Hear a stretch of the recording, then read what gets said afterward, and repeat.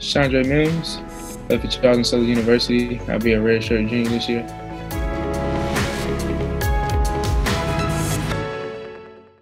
Thinking back to 2016, what age were you and what year in high school were you at the time of being involved in that head-on collision? I was going into, it was my junior year. Basically, I was going to work. And the next thing I know, I just like blanked out. And then the only thing I could remember was my truck was barricaded to like the side of a bridge. And so when I look up, I just see like an 18-wheeler on fire. I'm like, yo, like what's going on? So the first thing I looked for was my phone.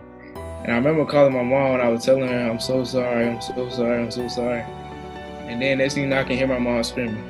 And that was the last thing I remember from that. And then I woke up in the hospital. So what was your status immediately after the accident? Were you dazed or even injured? No, the only thing that really hurt me was my neck. And I had a whole bunch of glass and stuff stuck in like the side of my neck and my head and face and stuff like that. But besides that, I didn't have any major injuries. And the lady was like, if you get up and you can walk down and back, after they did like the test and stuff, they were like, you can leave. I didn't have any injuries. It was just like, dang, so it really wasn't my time to go. So moving ahead to 2018, what was the timeline of that house fire? So it would have been my redshirt freshman year going into play. And it was a late night. I had just got done working out. It was like 1 o'clock in the morning. I was on the way back home. And I remember taking a shower and I laid down. And then next thing I went to sleep. And I could hear was my mom just screaming, yelling, Shaundre, get your brother. And so the fire had started in the living room from like an AC unit that we had in the window. So when I grabbed my little brother, I looked towards the door and the fire is spreading.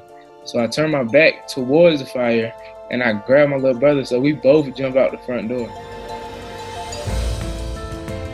So my little brother was already out, NJ. My mom was out, and my grandparents, they was in the back room. So I ran from outside, and if you go around my house, the stairs on the other side. So by that time, I got to the stairs and go up the stairs. So I had I drug him down the steps, and then I went and grabbed my grandma. And I just threw her over my shoulder, and we had went down the steps. But by that time, the fire had took over the kitchen, the living room where it had started at. So you got everybody outside. What was kind of the next steps? How you were able to regroup and what happened after that? Well, after we got everyone outside, I went to find my mom because, it was a hard moment just sitting there watching my mom cry, and it just does something to you. There's nothing you can do to stop it. And she was like, Shaundre, I got to grab something. I was like, Mom, there's nothing you can grab. So what was the family's next step from there? How bad was the damage? Did you rebuild? Did you move into a new home? What did you have to do in the interim from a living standpoint? So the house was totaled. And but we had cousins and stuff. We all stayed around each other. So for a little while, my mom, because I had to go back to school. As much as I didn't want to leave them, I had to go back to school. And they stayed with my cousins and them for a little bit. And so that's when, I think it was a year later, that's when we finally got our house. It's not what you go through, it's how you go through it. So I just every time I do anything and I step on the field, just thank God for everything He's done for me. So from 2018 to now, you've gone on to become an All-American defensive tackle and the leader on the CSU football defense. And you set some school single season records last year, the sack record.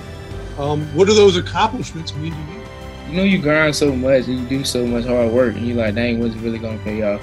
And so every time I stepped on that field, I made sure whoever was in front of me, whoever was across me, they had to feel me. So I just put my all in every play I did, and God will always find a way, and just keep faith in Him.